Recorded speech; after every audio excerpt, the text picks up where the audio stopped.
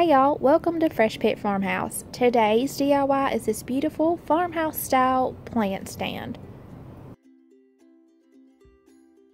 I used 6 of these metal buckets from the Dollar Tree, and I used my aging technique that I did in a previous DIY. I'll put a link to that video below. So my husband used his saw to cut this reclaimed 4x4.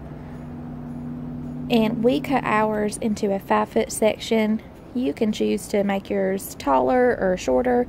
And then we also use these 1x4s that we're going to use to make the base of our plant stand. And he cut these into 12-inch pieces. So we used a drill and some wood screws and screwed the 1x4s to the base. And this is going to make our stand. So you'll see we used 4 of these and just drilled at the bottom.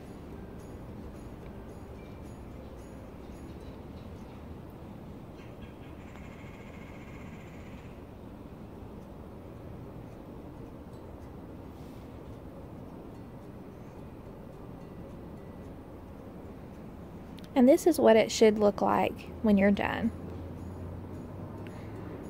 Now to make my stain, I used Waverly brand paint in the color Elephant. And then I added warm water. Now of course for darker stain you would add more paint and less water. I just wanted like a barn gray type finish.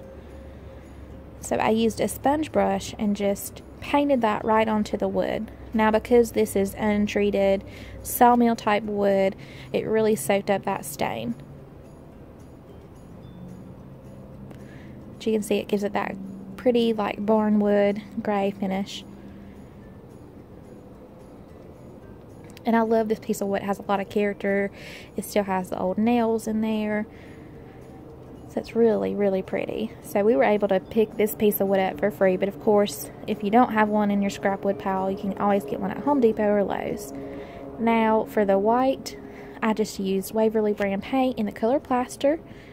And I used a scrap piece of wood, painted the paint onto the wood, and just rubbed it up and down this wood beam.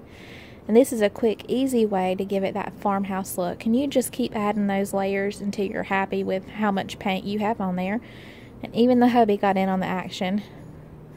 This is a really fun, easy way to give that wood like a nice farmhouse appearance.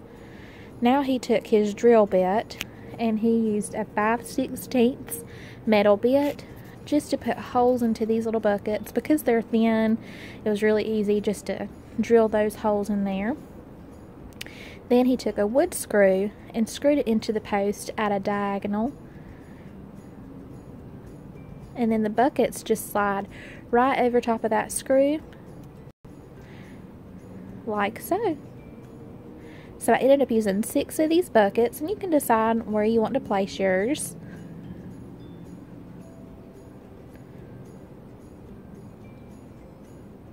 And this is how it turned out. I just got some little flowers from the Dollar Tree and put those in there, and you can change those out with the seasons. Of course, you could also do live flowers. Just make sure you add a hole for drainage in your bucket. And I love how this turned out.